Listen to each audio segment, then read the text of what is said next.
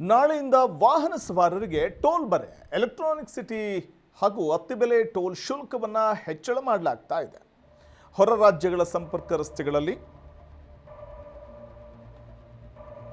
ಶುಲ್ಕವನ್ನು ಹೆಚ್ಚಳ ಮಾಡಲಾಗುತ್ತೆ.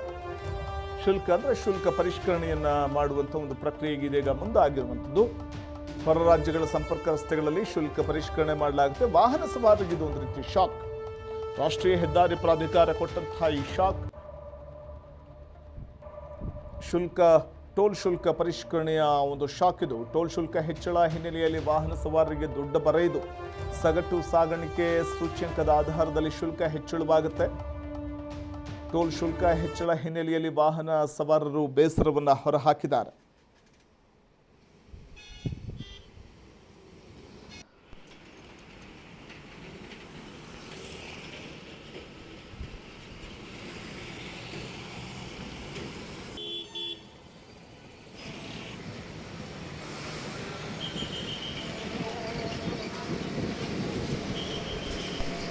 ಎಲೆಕ್ಟ್ರಾನಿಕ್ ಸಿಟಿ ಅತ್ತಿಬೆಲೆ ಟೋಲ್ ಶುಲ್ಕ ಹೆಚ್ಚಿಸಲಾಗಿದ್ದು ವಾಹನ ಸವಾರರಿಗೆ ಶಾಕ್ ಅನ್ನು ರಾಷ್ಟ್ರೀಯ ಹೆದ್ದಾರಿ ಪ್ರಾಧಿಕಾರ ನೀಡಿದೆ.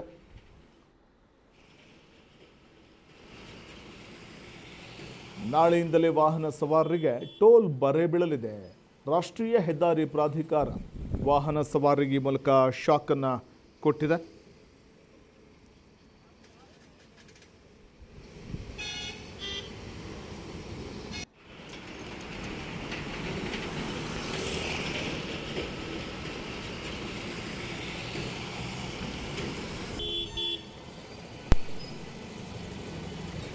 ಪ್ರಮುಖವಾಗಿ ಎಲೆಕ್ಟ್ರಾನಿಕ್ ಸಿಟಿ ಅತ್ತಿಬೆಲೆ ಟೋಲ್ ಶುಲ್ಕವನ್ನು ಹೆಚ್ಚಳ ಮಾಡುವ ಮೂಲಕ ಇದು ಮತ್ತೊಮ್ಮೆ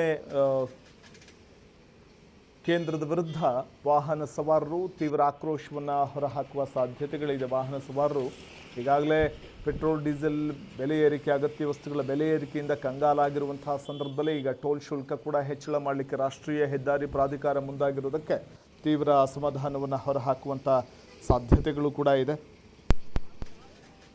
ನಾಳೆಯೇ ಪರಿಷ್ಕರಣೆಗೊಳ್ಳಲಿದೆ, ಟೋಲ್ ಶುಲ್ಕ ಹೆಚ್ಚಳವಾಗಲಿದೆ ಅನ್ನುವಂಥ ಮಾಹಿತಿ ಲಭ್ಯವಾಗ್ತಾ ಇದೆ.